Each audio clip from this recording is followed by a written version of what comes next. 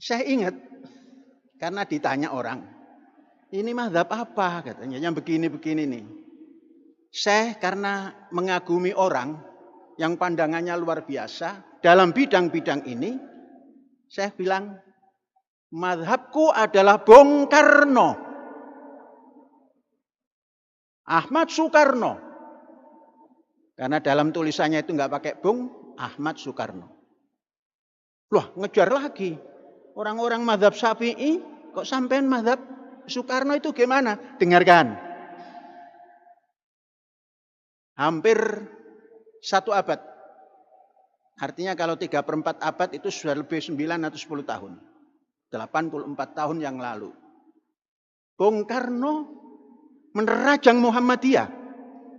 Yang dianggap Bung Karno, Muhammadiyah itu bisa diikuti oleh kaum intelektual. Dulu bahasanya bukan intelektual, intelektual.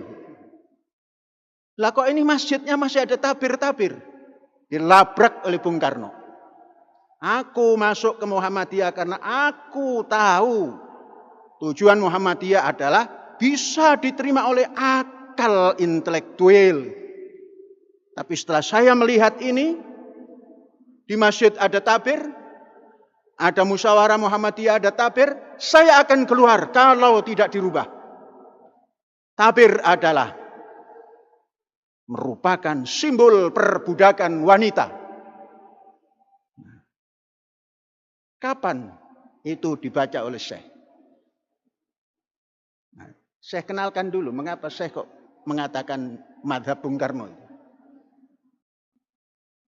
Pada tahun 57, saya baru berumur 11 atau 12 tahun. Tapi sekolahnya masih kelas 4, rakyat. Karena saya masuk sekolah itu 2 kali ditolak.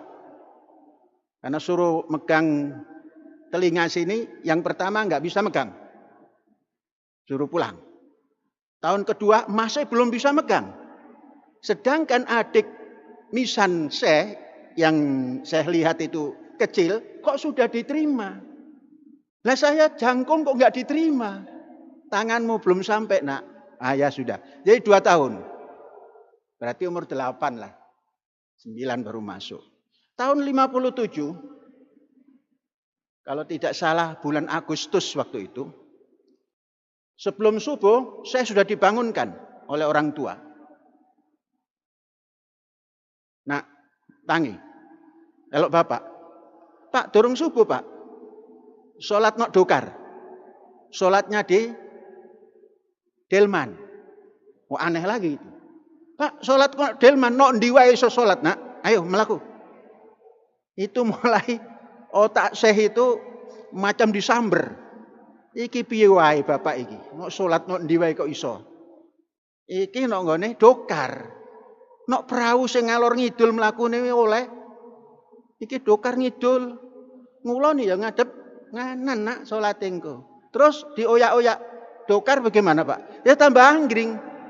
Enak, ketemu Gusti Allahnya enak. Nah, sudah dapat. Ceplak. Otak saya seperti disentil.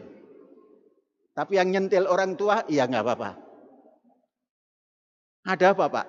Ini nanti Bung Karno akan lewat. Katanya mau meresmikan semen Gresik. Ya, antara bulan-bulan Agustus begitulah. Karena enggak lama terus Agustusan. Tahun 57. Kereta api Pantura yang menuju Pasar Turi itu Bung Karno naik situ. Kemudian di perapatan setelah Kota Lamongan ada perapatan namanya Ndeket. Ndeket itu mungkin dekat kepada Lamongan. Nah, bahasa Jawanya Ndeket. Deket jadi Ndeket. Di situ berbaris kita. Dipanggil oleh orang tua. Suruh jabat tangan kepada Bung Karno yang di kereta api. Jabat tangan. Aku kenal Bung Karno. Bapak belum kan? Nggak jabat tangan? Nah, duluan saya Pak. Oh Bapak kepala desa. Di bawah presiden. Anakku kan belum jadi apa-apa. Salaman. Nah, sudah salaman. Mulai memandang Bung Karno. Apa yang terlintas? Bung Karno iki ganteng. Setiap Syekh maca itu dandan, Pak kaya Soekarno ta gak Pak? Wah, cilik durung, kok wis gede gitu. Nah, masih bocil belum. Kemudian lihat songkok Bung Karno itu kok tinggi. Songkok Bapak enggak terlalu tinggi. Pak, nanti kalau saya sudah bukan bocil, songkok saya akan ditinggikan seperti songkok Bung Karno. Makanya orang pada heran, itu songkoknya kok tinggi-tinggi. Songkok Bung Karno. Nah, karena enggak punya panutan, yos begitu. Kemudian, kenapa itu sholat kok pakai jas? Bung Karno tidak pernah lepas dari pakaian kebesaran. Hanya saya ngajak saja. Kan asikan begini daripada begitu. Asikan begini. Kemudian itu sholatnya kok pakai kaos kaki. Memang punya kaos kaki ya dipakai. Kalau nggak punya nggak pakai. Maka bocil, tatkala kaos kakinya itu ketinggalan, waduh, saya nggak pakai kaos kaki. Nggak apa-apa nak, ikut pandangan medsos gitu. Oh enggak bah, saya harus cari, mesti di mobil ini, harus pakai. Songkok ketinggalan. Oh ini ada, songkok palanjar katanya. Pakai. Ternyata kepalanya sama dengan kepala Said. Ukurannya. Sudah berjalan. Saudara-saudara, 3-4 tahun kemudian setelah berjumpa salaman dengan Bung Karno, saya ke Gontor. Saya ke Gontor pun telat. Harus menunggu beberapa tahun. Mengapa? Kiai Syekh mengatakan, kamu harus belajar membaca Quran sebaik-baiknya. Bab nanti kalau kamu ke Gontor, belum tentu diajar baca Quran. Jadi nunggu 1 tahun. Maka tatkala kelas 3 di Gontor, tahun 1900, kalau tidak 63, 64, Syekh membeli buku. Banyak yang dibeli ketika itu. Yang pertama dibeli adalah yang tertebal. Di toko buku Madiun. Melihat dulu ini buku tebal ini apa ini. Dibuka, di bawah naungan bendera revolusi. Cetakan pertama. Bung Soekarno. Bacaannya ketika itu masih Soekarno karena OE gitu kan. Padahal sudah dirubah. Bung Karno tidak merubahnya. Soekarno. Dibaca. Saya yang membaca pertama kali adalah yang ke-1. Yang kemudian menjadi perjalanan Bung Karno tak tergoyahkan. Yaitu di Indonesia ada 3 kekuatan. Nah itu kita baca. Setelah itu, oh ini Bung Karno luar biasa. Melompat ke tengah-tengah. Tabir simbol perbudakan. Apa ini isinya? Karena saya dulu di Gontor nggak ada wanita, yang nggak bisa membayangkan seperti apa ada tabir segala itu. Baca. Pendapatnya yang protes ke sana kemari. Saya masuk Muhammadiyah karena saya termasuk kelompok intelektual atau intelektual yang bisa mewadahi intelektualitasnya para kaum intelektual adalah Muhammadiyah. Tapi setelah melihat ini, saya berubah pikir sebelum mendapatkan keterangan. Ini kalau Muhammadiyah mempertahankan tabir ini saya akan keluar. Begitulah dalam tulisannya. Setahun kemudian tahun 39 Bung Karno menulis dalam tulisan ditujukan pada Habib Muhammadiyah, Bestur, pimpinan pusat, Bestur Muhammadiyah, tatkala mau kongres di Medan. Kalau nggak salah kongres ke-28. Menulis tentang itu juga. Akhirnya itu dijadi ketetapan bahwa tabir itu tidak harus dijalankan. Baik itu di pertemuan maupun di sholat.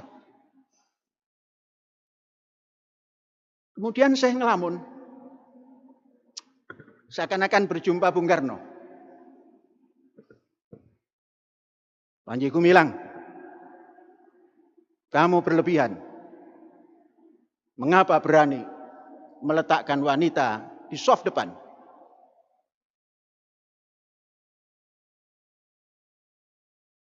Terima kasih, Bung. Mungkin umurnya sama. Tatkala Bung Karno wafat kan 71. Saya hari ini 77, tuaan saya kan. Ya, Bung. Tunggu dulu. Jawaban nanti ada. Tapi sekarang mau dilemparkan lagi. Setelah menampilkan soft nisa itu berdamping-damping dan kadang-kadang di soft depan, ini besok Center of Education di Az-Zaitun ini mau menampilkan nisa untuk jadi khotib di Jumat.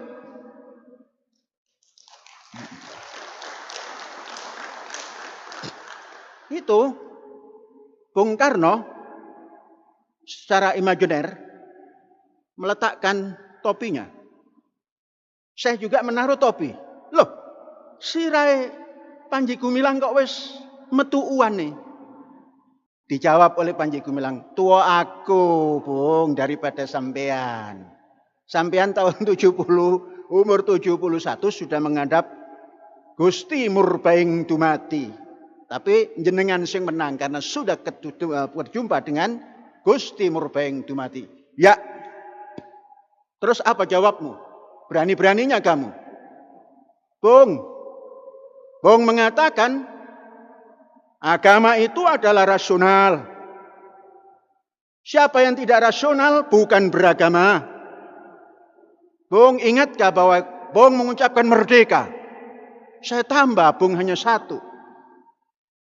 Aku tambah merdeka roh, merdeka fikir, merdeka ilmu.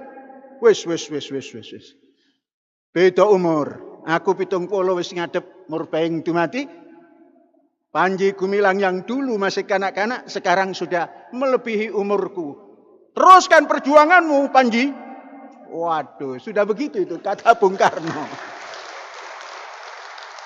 Tapi ini imajiner. Lah orang-orang mazhabnya Syafi'i, Maliki, Hambali sambil tidak tahu, makamnya saja nggak tahu gitu kan. Itu ngotot. Lah ini Bung Karno pernah salaman, punya buku bisa dirujuk. Rujuk. Nah ini ditaruh dulu atau dipakai? Pakai. Jadi saudara-saudara tahu nggak? Saya membeli buku itu. Dari mana uangnya? Menurut anak-anak sezaman saya, tidak masuk akal. Tekon di duite itu. Kok iso tuku kitab tebel? Orang-orang mencari kitab yang bahasa Arab, tebel-tebel. Sambil tidak dibaca. Saya mencari kitab. Kitab itu kan bahasa Arab. Bahasa Jawanya buku. Buku kandel. Samaknya juga, samak itu sampul, gagah. Tulisannya di bawah bendera. Di bawah naungan bendera merah putih. Bendera revolusi. Saudara-saudara, itu uang yang untuk 3 bulan bayar makan, itu saya belikan buku semua. Apa yang kekaguman Bung Karno? Satu lagi buku Losterdat, New World of Islam. Itu yang selalu diomongkan Bung Karno dalam pidato itu. The New World of Islam. Seperti apa bukunya itu? Cari. Ya di Madiun itu ketemu buku karangan Love Stordat. L. Stordat. The New World of Islam. Dibeli. Ada lagi buku ketika itu terjemahan Profesor Dr. Mukti Ali. The Spirit of Islam. Satu New World of Islam, satu spirit of Islam, satu lagi yang paling besar di bawah naungan bendera revolusi gagah. Kawan-kawan saya, piro regane? Wes ilmu kau regane. Saudara-saudara, tahun 63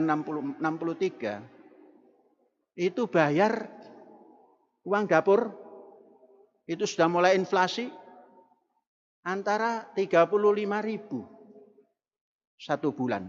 Dari awalnya 1.500 sampai ke 35.000. Bayangkan, 3 bulan saya nggak bayar dapur. Hampir-hampir disuruh pulang. Orang tua dipanggil. Gimana ini? Nanya orang tua. Kenapa nggak kamu belikan? Nggak kamu bayarkan makan? Makan bisa minta lagi ke bapak. Buku ini bapak belum tentu bisa nyari. Apa nak? Ya wes, ganti. Diganti oleh orang tua. Jadi begitu. Itu buku sampai lecet. Itu janggotnya banyak. Karena ditulis pinggirnya ini simpul ini itu. Saya tamat, itu masih ada. Kemudian saya masuk ke Banten. Pada zaman pemilihan umum yang kedua, saya dituduh atau dikelompokkan kepada golput. Akhirnya rumah saya digeledah. Itu buku yang dicintai itu semua dibawa. Akhirnya saya ke tukang loak. Itu mencari buku yang sama itu 2-3 tahun baru menemukan. Itu pun cetakan yang ketiga. Sampai sekarang disimpan dibaca. Tidak pernah tidak dibaca karena akan bisa mengembangkan. Kemudian ada dialog imajiner lagi dengan Bung Karno. Bertanya tentang, ya itu namanya perkembangan ilmu sosial dan sejarah.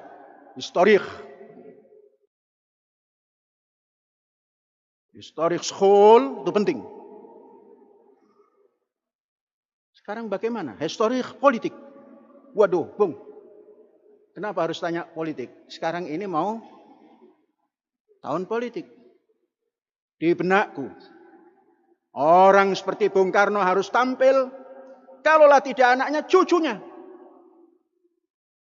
100% Panji Gumilang bersama-sama Bung Karno. Setelah lebaran kok cucunya hilang. Nanti saya lapor kepada Bung Karno. Bung, bagaimana cucumu kok gak ono? Sekarang sudah berani ngomong Jawa Timuran. Karena apa? Umurnya lebih tua. Bung Karno waktu menghadap ke Gusti Allah, umurnya 70. Sekarang Panji Gumilang umurnya sudah lebih dari Bung Karno. Ya apa, Bung? Wah, aku nunggu putumu. Lah kok saiki gak ono? Iku jawaban apa? Ya karepe sampean, itu jawaban politik. Terus bagaimana? Ya nggak tahu, kan Bung lebih tahu. Loh, sampai daripada ilmu sosial, ilmu tetek bengek, sampai pada ilmu politik, terus berkomunikasi secara imajiner dengan Bung Karno. Karena buku, saya setiap pagi sebelum OKK 30 menit membaca buku. Yang dibaca pertama kali di bawah naungan bendera revolusi. Bukan yang kedua, yang ke-1. Karena yang kedua itu sudah tidak terlalu murni karena sudah bercampur dengan kehidupan politik yang lebih panjang. Ini yang murninya. Setelah OKK, 1 jam, mandi-manda, baca lagi. Paling sedikit 2 jam. Jadi berkecamuk di sini. Oleh sebab itu, pandangan-pandangan filosof dan pandangan-pandangan ulama mujtahid dibaca semua.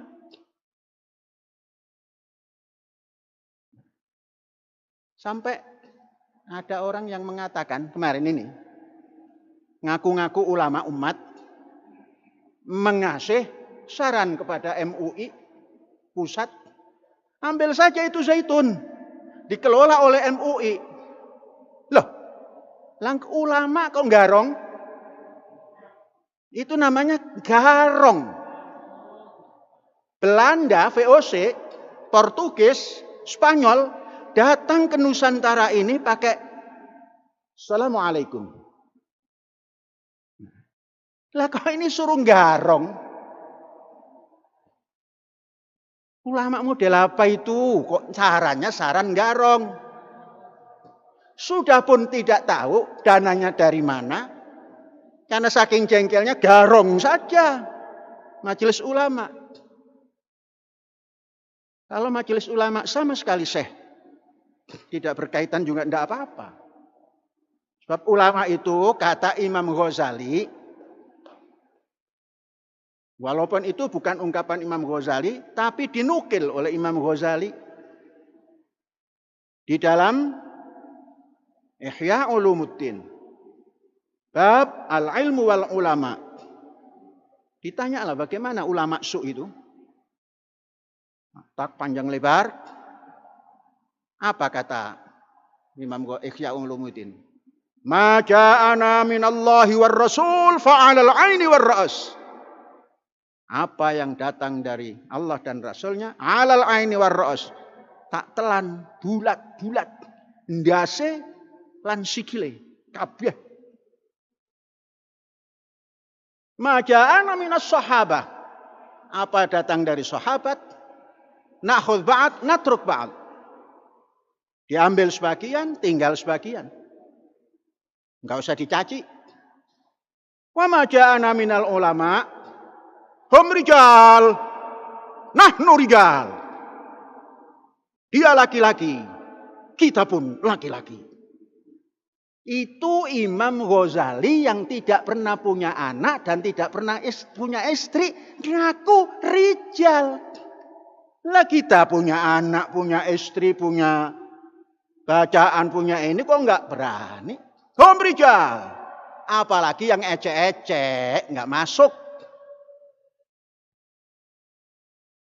Ada lagi yang dekat, yang mengaku majelis ulama, mengatakan tidak ada pentingnya zaitun itu, enggak bermanfaat.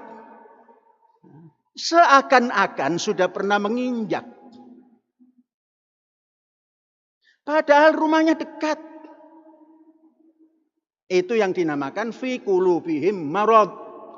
Fazadahumullahu maradon. Zaitun tidak punya manfaat bagi masyarakat. Yang ngaku kiai di sebelah sana. Ngaku ulama di sebelah sana. Berapa ratus hektar tanahmu yang kamu berikan pada rakyat untuk digarap? Kan itu anggarannya mereka itu dari APBD atau APBN. Nah, sedangkan kita, anggaran kita itu dari dengkol dewe, dari keringet dewe, dari pikiran sendiri. Maka bebas. Tanya masyarakat lingkungan. Dari Kandang Haur sampai sini, Kroya. Sampai Gantar, sampai Hargelis. Tiap hari masyarakat itu masuk. Yang tidak masuk memang nggak punya kepentingan. Yang punya kepentingan kerja, masuk. Nah kalau wartawan TV apa itu yang hafal-hafal lah. Yang nerangkan juga nggak etis. Ya masa Idul Fitri terus pakaiannya auratnya hafal-hafal begitu. Bercerita tentang sholat. Gak memper. Kata orang Jawa Timur, rek gak cocok rek. Gak memper. Lah kok mengatakan azaitun tidak bisa dimasukkan, susah dan lain sebagainya dan lain sebagainya. Didukung oleh orang yang ngaku ulama itu, yang punya majelis. Silakan datang ke sini dan lihat Jangan takut lapar di sini. Masuk sini. Hai orang yang mengatakan Az-Zaitun tidak berguna bagi masyarakat Indramayu. Hai yang mengatakan itu, datang ke sini diundang dan baik-baik. Nanti kita gelarkan karpet merah supaya paham peradaban umat manusia. Ya, jadi yang mau ngaco itu kan, yang mengelompokkan dirinya di ulama kan. Yang di Bandung, entah umatnya yang mana, ulama umat. Terus menyarankan Az-Zaitun digarong. Nah kalau diambil alih kan digarong. Jan Pieterson Kun datang ke Jayakarta, membeli ke Pangeran Jayakarta satu tempat yang hanya satu bau ketika itu dijadikan markas, dijadikan pusat Batavia. Itu Jan Pieterson Kun. Yang kata orang sekarang itu penjajah. Nggak ada yang mau nggarong itu. Membeli. Lah ini yang ngaku ulama. Ulama apa iku rek? Kok ngongkon nggarong. Itu bahasa garong itu bahasa kini.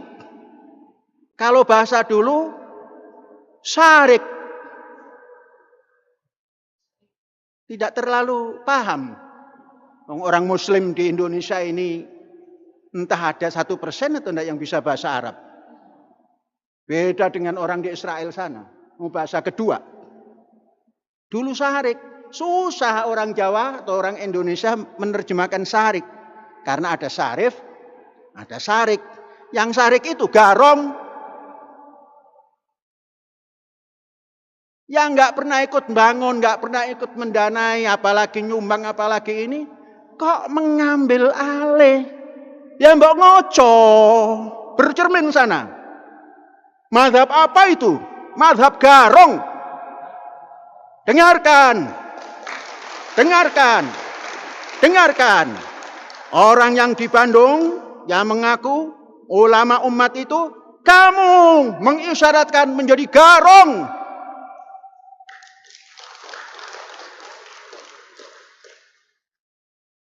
Kalau saya katakan ini bukan di medsos. Ini saksinya. Boleh saudara-saudara tidak sepaham. Boleh. Tapi kan saudara nggak bisa nggak sepaham karena saudara makmum. Inilah hebatnya monolog khotib. Khotib itu hak monolog. Nanti setelah ini boleh gitu ya. Sekarang dengar saja gitu. Enaknya jadi khotib gitu. Makanya enaknya jadi imam sholat. Bocil pun punya hak. Jadi sudah. Ini yang ulama-ulama ini mestinya diajak diskusi. Sama-sama rijalnya mas.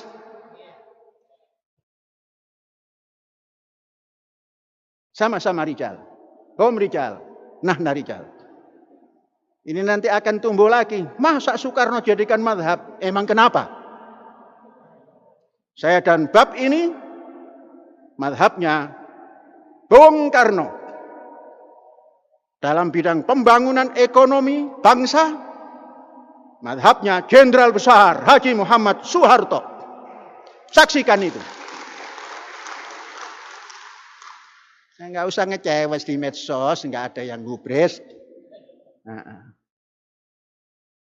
Ya, begitulah. Adapun ini nanti diviralkan lagi oleh panitia masjid, ya memang di sini merdeka. Ayo silakan. Tidak pun tidak apa-apa. Inilah berpikir merdeka, punya roh merdeka, punya ilmu merdeka, maka selamanya hadza wallahu yar'ana wa yakhfaduna walhamdulillahi rabbil alamin, merdeka.